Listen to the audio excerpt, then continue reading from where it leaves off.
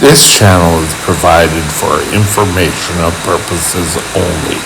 Contact your physician for any diagnostic or treatment plan.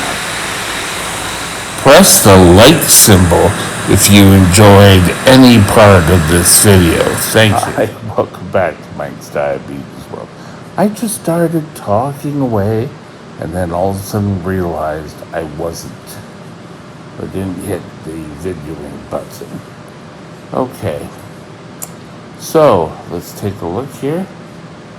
We start off 9.5 with the arrow going down. The 1 here represents tomorrow I have to change the sensor. Here, I've gone up and I've come down. We take a look in time and range. Here, 67%, not great. 33% of the time, I was above. Now, from the research I have done, it indicates that 1% equals 15 minutes. So 33 times the 15 gets to 491, divided by 60 for each minute comes to 8.5 hours. Actually, it comes out to 8.25. So it wasn't a great day. Who knows? Today, I want to discuss rationing. Now,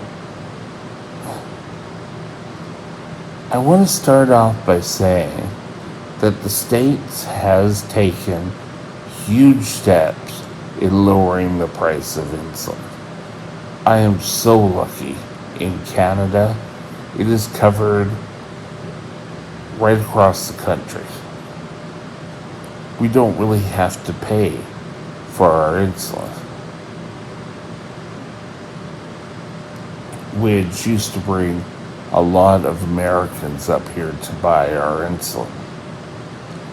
I think it may be waning a bit now. We'll have to wait and see. I couldn't see any current numbers.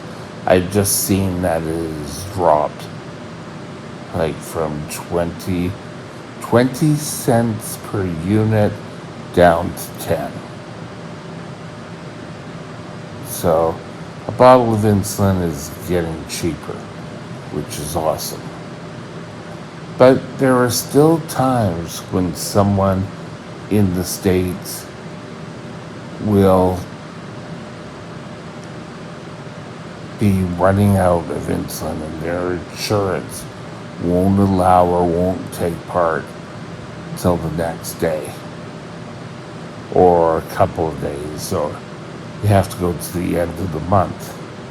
Now, if we took a look at today, that'd probably be, for me, it would be another week that I would go without insulin. And people would start cutting back the insulin. They would start not taking enough that they will live, but they wouldn't really be taking care of themselves. First of all, let me say, going without insulin or cutting back on insulin is the wrong step. Get a hold of your diabetic doctor. Get a hold of your diabetes educator. A lot of times, they will have answers for you. They may loan you a bottle of insulin. Speak to your pharmacist. If you've been at your pharmacy for a long time, they may borrow or they may allow you to have a bottle. But just cutting back the dosing is not an option. Insulin is a life-needing liquid. You have to have it. And whether you can't afford it altogether or you're trying to make it to the next insurance, you don't really have an option. You have to have it. And I would say if you're running low on insulin and can't or don't have enough for a whole shot, or you're going to run out before the end of the month, get on the bandwagon. And if worse, and your doctor, your diabetic nurse or education center can't help you, get to the hospital. Because you're going to get there one way or another. If you don't have enough insulin, what's going to happen is you are going to get into a DKA. And that's just that your blood becomes very acidic, you get very sick, and it happens very quickly. Pump users will know this, that if your line gets kinked and you don't get insulin, within, I think, 2 hours, you're going to be in trouble. Now, if you're on shots, you're going to need your insulin. If you're on your pump, you're going to need insulin. So if you're on your pump and you say, oh, well, I'll just take shots, you're not going to see a difference in the amount of insulin. You have to work out whether you can have insulin all the time.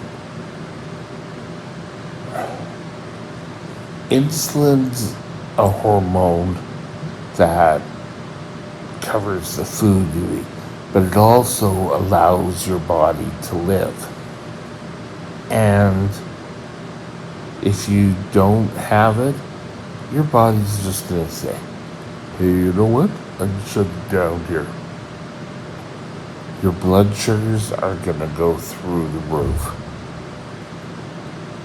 So, at least in Canada, if I run out of insulin, I can call up the pharmacy and say, I'm out of insulin.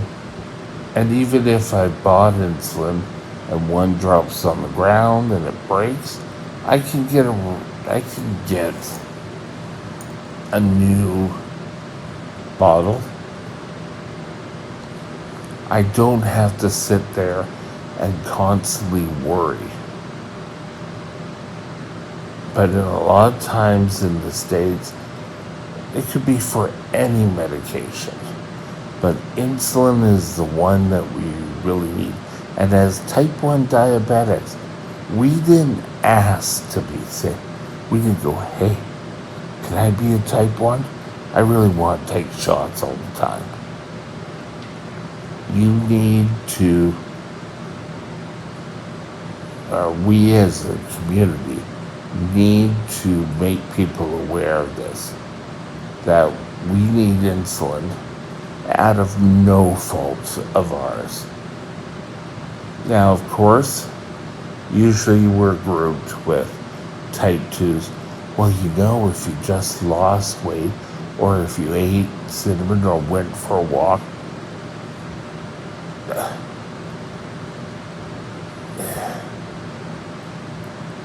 if you're running low on insulin, it is an emergency. No ifs, buts, or ands. Get to your pharmacy.